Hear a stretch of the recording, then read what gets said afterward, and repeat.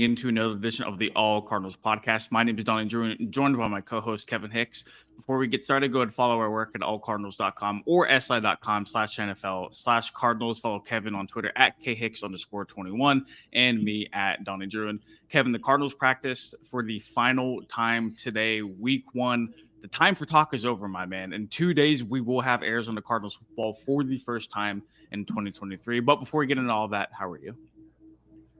Doing good, man. Living the dream. Looking forward to this weekend of college football and NFL.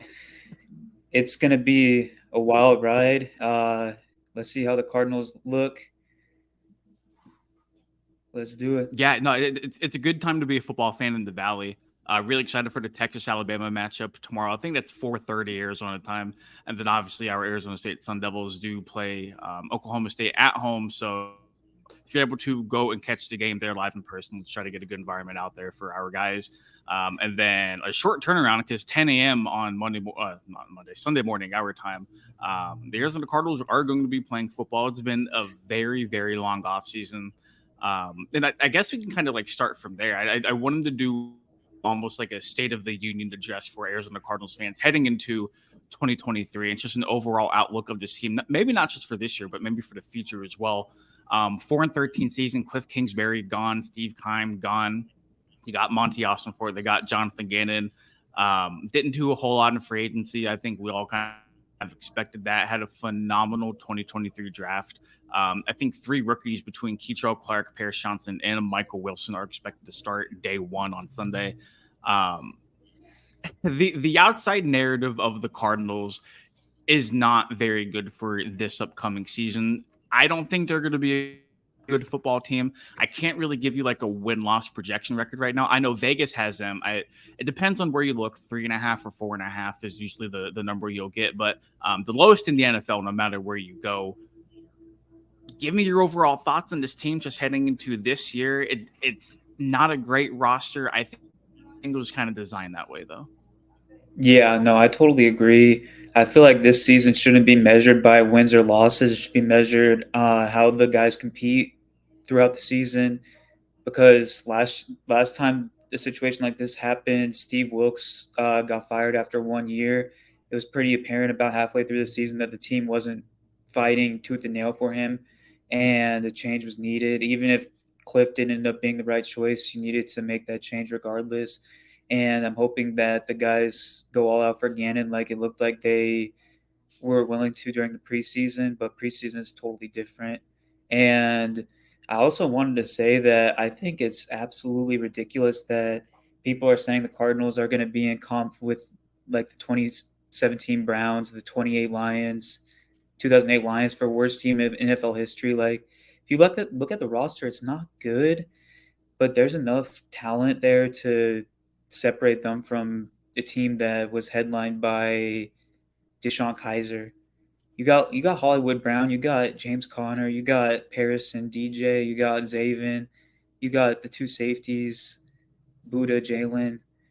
That's solid talent. I'm not gonna say they're good, but there's something foundation to build on there. Yeah, and I think that's the overall goal of what Arizona wanted to do and what Monty wanted to do. Coming in, you inherited a team that went 4-13. Your starting quarterback is, freshly off of a torn ACL. You don't know when he's going to be coming back.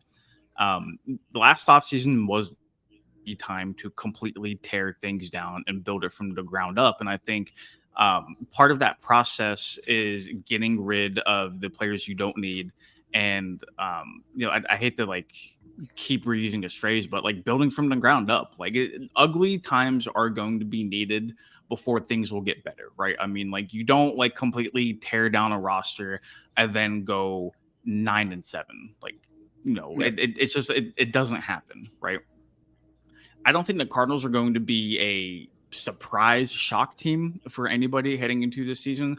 I think if Gannon is as good of a coach as not only he but his players make himself out to be, I think they'll be in a handful of games some people probably didn't expect him to be in.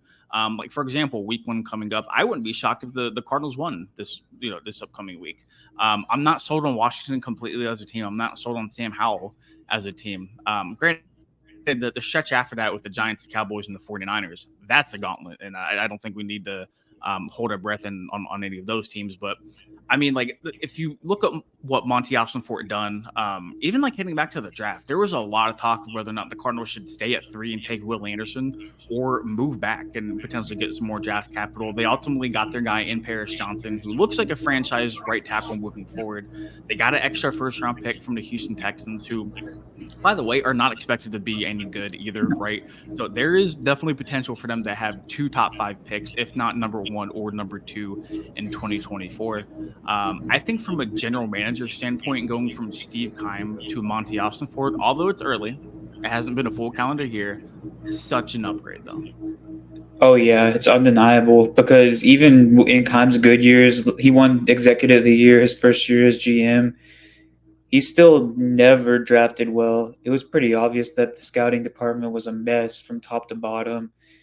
There were some hits. Obviously, you have Kyler, you have Buddha, you have Tyrann Mathieu, but there was equally as many misses. You had Jonathan Cooper, which did turn into Chandler Jones trade. You had Robert Kimdichie. That name should be banned in Yeah, Arizona. good old Kim DT. Uh, he and also I just wanted to bring up you haven't heard one negative thing about Kyler ever since Keim went out the door, and I Funny feel how like that works, huh? that's a night and day difference because I feel like Monty is very upfront. The Cardinals before were very opaque. They were very unclear with how operations were going.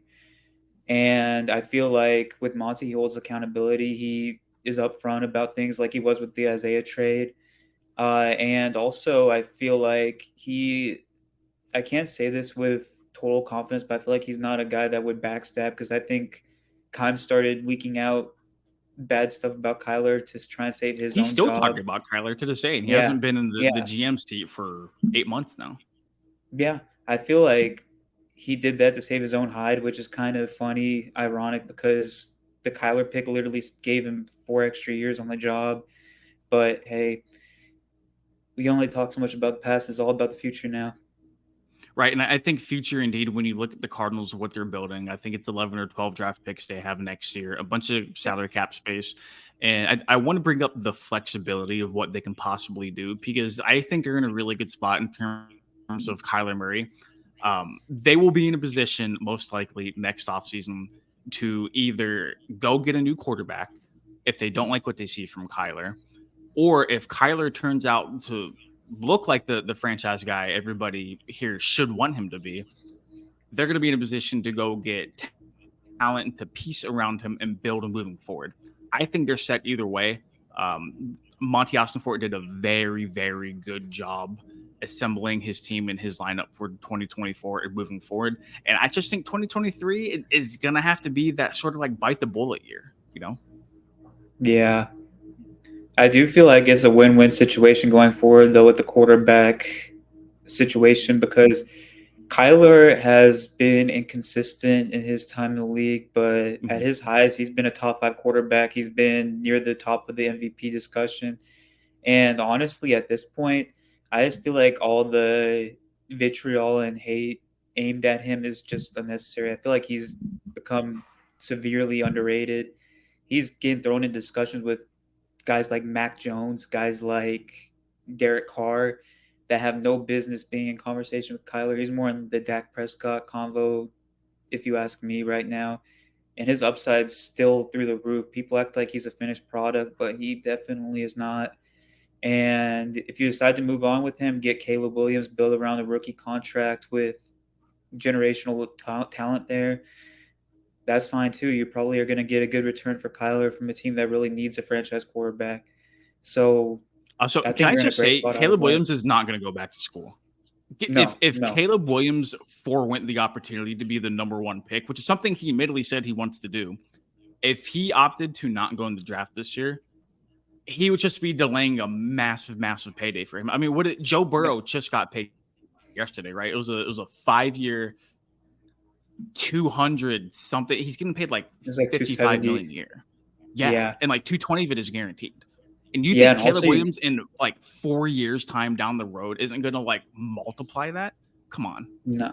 Also, you got to keep in mind that if he decides to go back to school and he suffers an injury or something that pushes him down draft boards or hurts his career, that's a big risk to take. If you go to the NFL, you get your guaranteed money up front and you get the chance to have a different spotlight on you than you do even do in college. Also, I don't really understand what his father was talking about when he was saying we want a good situation because no team that has a number one pick is a good situation. That's Right. just Yeah. unless you He's make a like, trade or something like it. Does it, the Cardinals are I feel like are in as good of a spot as a team that could have the number one pick possibly could be in because you got yeah, 50 million in think cap space the next offseason. stench the stench of the prior regime is definitely, from a national perspective, still kind of hanging around. This year is not going to be any better in terms of like win loss wise, so that might not help. But I think if people really put this team under the microscope and look at the moves they've done, they already look night and day better, different, and prepared for the future as they did at this point last season. But to be fair, at this point last season, they were off of a playoff berth in 2021. There were really high expectations for this team, and they just ultimately Yeah. failed to do that. And now Kyler Murray, who already was not popular to begin with, is towards ACL and his meniscus. By the way, not a lot of people like to throw that in there. Um, a lot of unknown for the Cardinals, and they're projected to be bad, and that's just kind of the thing to do. People dunk on bad football teams. That's the low hanging fruit, and the Cardinals are supposed to be one of the worst football teams in the league this season. It's just funny because the Rams aren't getting thrown into the discussions that the Cardinals are. Teams in that kind of bad team position tiers. I know that they just won the Super Bowl 2 years ago, so they get a little bit of grace, but I feel like it's also kind of market bias. I feel like Caleb going to the Rams is too perfect. That feels like staying in LA and being It's the all dialed headliner in. of a franchise. But if you look at the moves the Rams have made, they moved Jalen Ramsey for a package that they probably could have gotten better out of than they did from Miami. They're starting 6 undrafted free agents on the defensive side. They might be the worst defense in the league, even with Aaron Donald lining up. Cooper Cup's going to miss at least 3 weeks to start the season. It sounds like Stafford has been very Hanging on by unclear a what his thread. status. Yeah, they've been very opaque about what his status has been since last offseason. So who knows there? Uh, you got the Raiders. Raiders are an absolute mess with the Chandler Jones situation going on with Yeah, Devontae I don't think Adams. he's It playing sounds this like he one. might ask out. It sounds like Devontae Adams might ask out at some point. Their defense is a mess outside Max Crosby. So there's honestly situations outlook wise for the future that are worse than the Cardinals. So I know that the Cardinals are the punching bag right now, but it just doesn't make much sense to me why it's so relentless. I feel like No, you could I cut the agree, Cardinals a and little bit slack that's one of compared those to everybody else. situations. That's one of the situations where, like, if you want to be a number one pick, but you don't want to go to a bad team, you can't have your cake and eat it too. Like, it's Hmm. just a reality of how the NFL is set up. It's for parity. Like this is how good teams become great. This is how bad teams begin to rebuild, is through the draft. You do not win Super Bowls through free agency. You build it through drafting key cornerstone players for the franchise, get them on cheap contracts, and then you add and sprinkle in a little bit of veterans here and there, and then you go make a run. It's been the recipe for the last couple of decades. It's how it's going to be moving forward with the salary cap expanding even further with all the TV deals and the marketing and this and that. Moving forward, though, Jonathan Gannon, we haven't seen him coach a regular season game yet. We did see 3 preseason games. Both were, I think, 18 to 17 wins, right, in comeback fashion. Um, every player seems to love what he brings just in terms of energy. And you've heard guys like DJ Humphries say it's been a culture shock here in the desert. What are your personal feelings on Jonathan Gannon? Do you think he is potentially the guy moving forward? I think so. I think so. I'm not going to make a judgment on it yet because, like I said, I'm judging the season more based off of how the team progresses, how the younger guys develop, how the team competes, even in games against top level competition. But I was pretty high on Gannon several months ago. The guy that I wanted the most was D'Amico Ryans in that cycle. and I tried to talk myself into wanting Sean Payton, but I'm glad that didn't work out, materialize. Yeah. But Gannon was getting a lot of interest outside the Cardinals. He just ended up not landing any of those gigs. Might have had something to do with him making the Super Bowl and other teams not wanting to wait. Who knows? But he brings a lot of energy to the table. He holds accountability. Is very clear about that. And people love to nitpick on his so-called corny antics. The Rondale video where he was doing the train noises. I'm not gonna lie, Well, that even like was a the little speech he just gave the on speech he the just flight that plan wasn't even a bad episode. speech. That wasn't even a bad speech. I don't know why people are going in on him like that. Like I I absolutely hate comparing, but if you go and look at the Jets, if you look at Robert Sala's speech where he was saying we are not like competing with these guys, we want to beat the bleep out of them, stuff like that. If Gannon gave that speech, oh my gosh, Twitter, X, whatever you call it, would be blowing up with negativity. It's just absolutely crazy how he's become a punching bag ever since the Super Bowl. And he seems like he's the only fall guy for the Eagles falling short, which doesn't make any sense to me. But that's whatever. We'll give him a chance out here, and I hope it works out. I really do. I don't want coaching instability. Right, and especially if you're trying to convince everybody in the building that hey, like this is something we're building for the long term. Going through two different head coaches in 2 years between Cliff and then Gannon, if you do end up firing him after 1 year, isn't exactly an endorsement for stability, right? And then like there's a whole different conversation you can get in whenever it comes to Michael Bidwell and the potential um of like should he sell the team, should he like keep the team, whatever. I think at the end of the day, you already hit the nail on the head. I'm not judging this 2023 roster on wins and losses. I want to see them get better. I Hmm. want to see them compete in games. I want to see them progress through the like 17 game schedule, 18 weeks in total with the bye week. I want to see Jonathan Gannon coach these guys up because I feel like Arizona for the last couple of years has not developed talent very, very well, whether that's the scouting department, like you had said, whether that's the coaching staff that Cliff had. I'm not entirely too sure. And side note, we all watched the Detroit Lions beat the Kansas City Chiefs last night to open the season. Their former assistant GM, Dave Sears, who helped manufacture that team that just upset the Chiefs on the road, is now with the Cardinals as an assistant GM. So Yeah, he got Amon Ra in the 6th round. He drafted Penei Sewell, or was a key factor in that. He has a really good track record. I feel like not enough people talked about that move, honestly.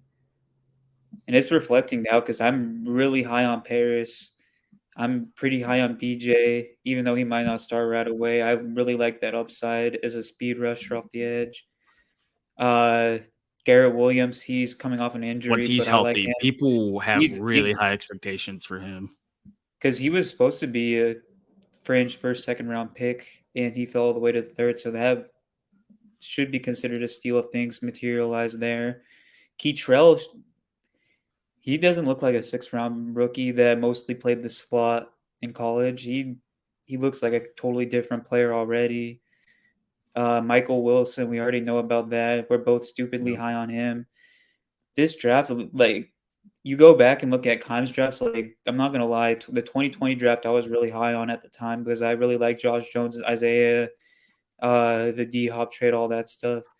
But it kind of blew up in their faces. There's one pick left in that draft, I think, that's still on the team, and that's Lecky. And Yeah, no not comment on not Lecky. No exactly comment. No comment. a glowing endorsement for Lecky or Steve Keim.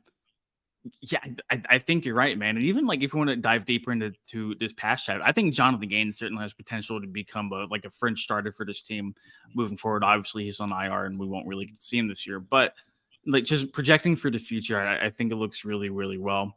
My question for you, kind of reverting back to Jonathan Gannon, let's say the Cardinals go like 2-15, or like 1-16, or maybe even like 3-14. Do you fire him? Like if you see this team and you're like, okay, like he's clearly not the guy. Do you fire him? There's been some talk because if you're gonna go get Caleb, Lincoln Riley has shown interest in coming to the NFL. Is that a That's move you what would I was entertain? gonna. Getting Lincoln That's Riley what I than was. going to get Caleb? Same wavelength right there. I was about to say if Lincoln Riley sees his time at USC is capped out after only 2 years, like he did at OU, and the Cardinals see that the writing's on the wall of Gannon, maybe you go out and make a lucrative offer to Lincoln and pair him up with Caleb. And I know a lot of people are going to bring up they're trying to retread what they did with Cliff and Kyler. But the Yeah. difference is Lincoln's had substantial success with his own guys in the in college game. Cliff did not really. He had success on offense, but he was never able to build a good defensive staff or recruit good enough on that side of the ball. And Lincoln kind of actually expanded on what Bob Stoops did in his later years at Oklahoma. So I feel like you feel much better about Riley headlining an NFL program compared to Cliff. I would say a lot of And people got that Cliff PTSD, man. A lot of yeah, people. yeah, that would be funny because Cliff is a staffer on USC now. Imagine if he becomes USC's head coach if he replaces Lincoln. That would be time is a flat circle, man. That would be absolutely Question ridiculous. question for you. What if Caleb's like, I'm not going to Arizona unless Cliff's the head coach?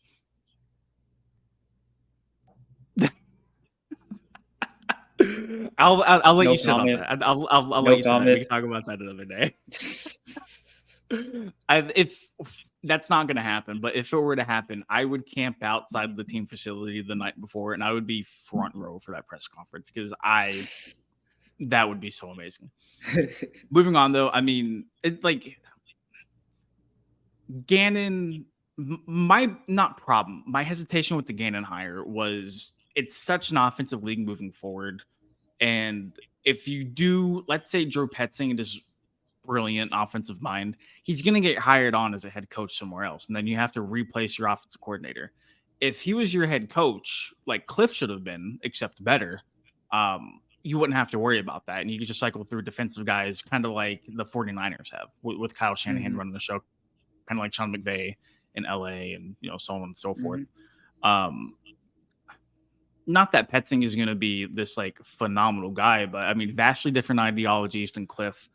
He's going to have Kyler under center. They're really going to be intent on, running a lot of, vertical rushing plays, a lot of play action from under center. And I think the offense is going to be night and day. When you look on the other side of the ball, Nick Rallis, no clue what he's going to do. We have no track record of what they wanted to do previously in Philly. They got Kaiser White to kind of run the show. He's familiar with the system.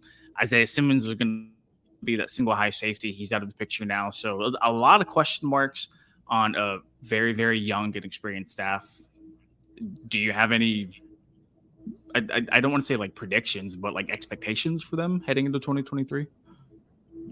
I tended to think that Gannon did build a good staff, but like you said, they're pretty unproven. I did find it really interesting back when Rallis was hired that people from Philadelphia were calling him the defensive Sean McVay. That really raised my eyebrows a little bit.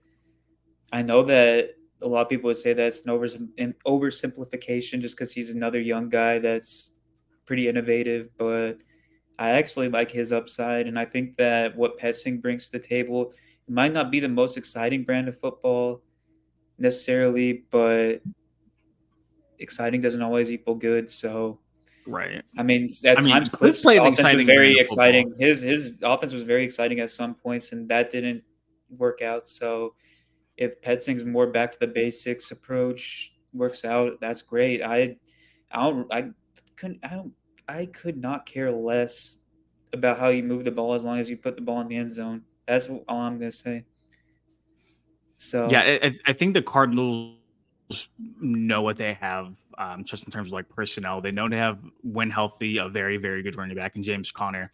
The offensive line, I think, is a little bit better than some people had anticipated. I think if they're able to really establish the running game and free whoever's going to be playing quarterback, whether it's Dobbs, whether it's Toom, whether it's Kyler, give them just a little bit less pressure to work with. I think ultimately that's going to be good. And like this is the first year of the system. It's going to take time for these guys to really grasp and understand the offense and really know what they're doing. I mean, if you look at the great teams, those guys have been together and those guys have known exactly what they're doing, exactly where they're supposed to be for years, right? So like I'm not going to hold my breath on either the offensive or defensive side of the ball if this entire thing is ugly. I think to kind of like put a bow on everything. This year's not going to be good. I mean, let's just call it how we see it. Like, they're not going to be a playoff team. They're not going to win a whole lot of games. Whether they're in these games is an entirely different question. I think that solely depends on Jonathan Gannon. How do you feel about the Cardinals moving forward, looking past 2023? Do you feel good? Are you holding your breath? Like, tell me how you feel. It's used a lot. It's very cliche, but I'm going to say I'm cautiously optimistic about the future because I really do think Monty knows what he's doing. I really do think the staffers in place, the coaching staff, is they might not be the most NFL like ready for high leverage situations yet because of their inexperience, but I think they all have good ideas. I think that they're all fairly innovative. They are tuned into the modern NFL. It's a lot different from the BA era to me. That might be a good or bad thing, who knows? But I think 55 million cap space next offseason, if I'm not mistaken. You have a lot of cap space you can burn on niche guys like Kaiser that aren't really star players, but they are good fits. They're high IQ, high character guys.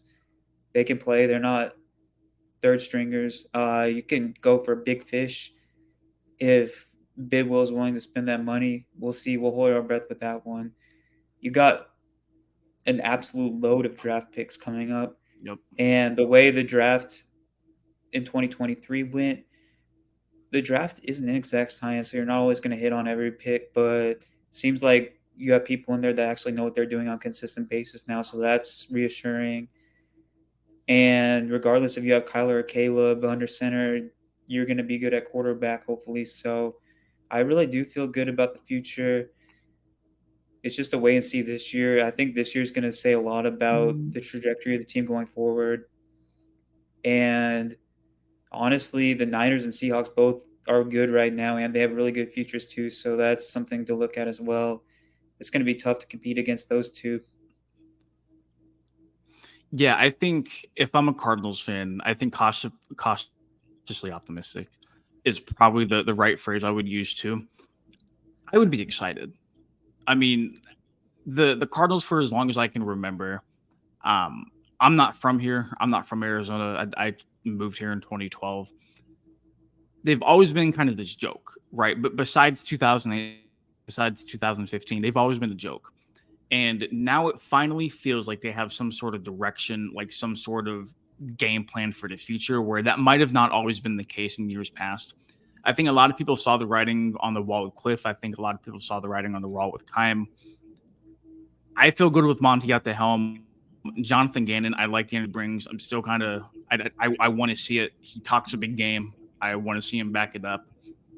2024, though, I mean, there's so much potential to keep this thing going on the right tracks. And if Monty can really, really work free agency and really, really work the NFL draft, and like you said, whether Kyler shows he's the guy and you keep him, or you go get Caleb, or you go get Drake May, you're going to be in a really, really good spot. And if I'm a Cardinals fan, like, I know this year is going to be bad, but like the future looks so promising right now. So much potential, right? And I think you kind of just got to get through the next 4 months, push through it, enjoy the games, see who kind of molds themselves as like a future guy, see who doesn't, and kind of understand that. I mean, to quote the Philadelphia 76ers, you got to trust the process, man. You have to trust the process. Hopefully, this is a different ending than what we've seen in Philadelphia from there. But I feel really good about the Cardinals moving forward. I know you do too, and hopefully Cardinals fans do as well. Anything else you want to add on to our State of the Union for Arizona before the regular season begins? I just got to say, Cardinals fans, you got to see it through. I know that being a local sports fan is tough. We saw that with the Suns in their near decade of incompetence and embarrassing displays on and off the court. We've seen that with the Coyotes. We've seen that with ASU football. We've seen that with pretty much everybody across the board. So just stay patient, see it through. I think that finally having some new leadership in place outside the ownership is a breath of fresh air. And I think that if we support the team and stick through the thick and thin, that we'll see light at the end of the tunnel. Very well said. Hopefully, that light at the end of the tunnel yields really, really good results. I think it will with Monti Ossenfort at the helm. Yeah. But I guess we got to have this conversation exactly 1 year from now, and maybe it's good, maybe it's bad. We will see. But there's a lot of football to get through between then and now. For Kevin Hicks, I am Donnie Druin. Thank you so much for tuning in to another edition of the All Cardinals podcast. Follow our work at allcardinals.com or sl.com/NFL/Cardinals. Follow Kevin on Twitter at khicks_21. Follow me on Twitter at Donnie Druin.